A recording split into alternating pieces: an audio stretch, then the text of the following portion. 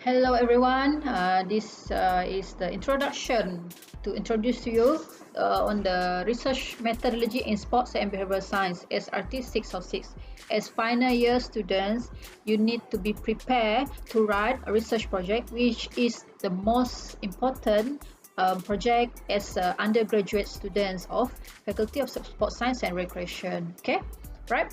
So they have three parts in this introduction. It's not really a lecture, but I want to introduce to you. I want to expose to you what should you do throughout the semester and what the timeline to be expected, so that you be able to present the research proposal. You should be able to come out with the research topic, right? So counseling outcome. At the end of the course, you should be able to achieve these three outcomes: integrate work ethics and professionalism in conducting research in the field of sports science, sport management, and exercise. So in conducting research, ladies and gentlemen, we have some rules to follow. We have some step-by-step to be adhered to. If not, the research is not up to academic ataupun not up to the standard that we want. As undergraduate, yes, this research project or research proposal is something new to you. Same goes to me back then, I think many years ago. But throughout the years, throughout the supervision, throughout the teaching with you, so I'm able to understand more and more, and then it trained me to become a better researcher. Okay. Right, and second one is you should be able to assess issues and problems and provide solution in the areas of research for sports science, again, sport management and exercise. So when we talk about conducting a research or proposing a research title, we should be able to analyze what's the issue nowadays in these three scopes: sport science, sport management and exercise. What are the issues now? What's the problem? Is it on the sports performance, in the sports sociology, maybe in the sport nutrition, maybe in the exercise and conditioning? So that area, if you're able to assess, you're able to analyze and observe and interpret the issue and problems, therefore you are on the way to proposing a research, so that the research outcome should be able to solve the problem or the issue that you able to kupas by your writing and so by your critical thinking. Okay, right?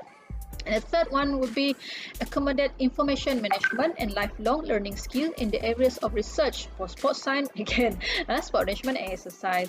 So how to search information through the journals, articles, through the books, through the valid resources of reading, through the library, So we want our students to get the idea, to get the information from a source that we realize to. Don't simply go to website, something that not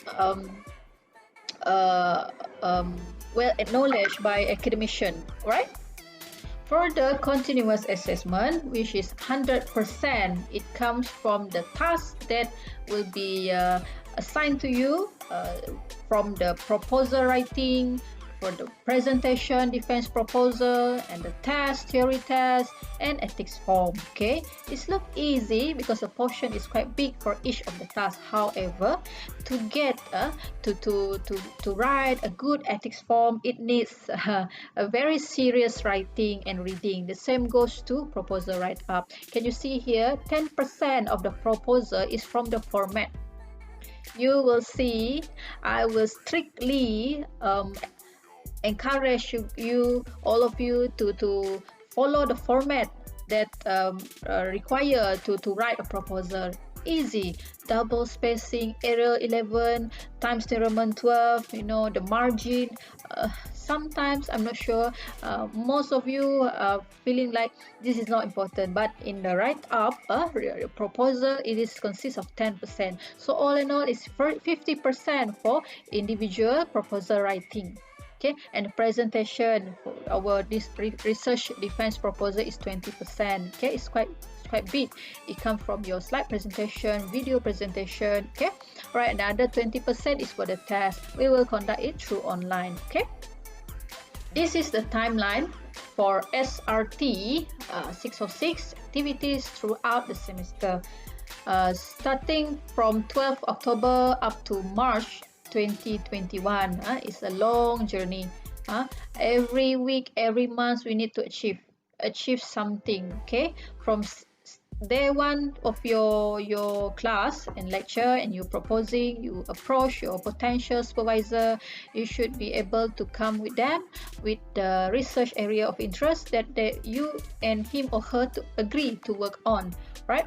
And the research topic approval will be made on 12 November. I give you 1 month to decide the research topic, so that you'll be able to propose your title, and then present for the ethics approval on 26 January.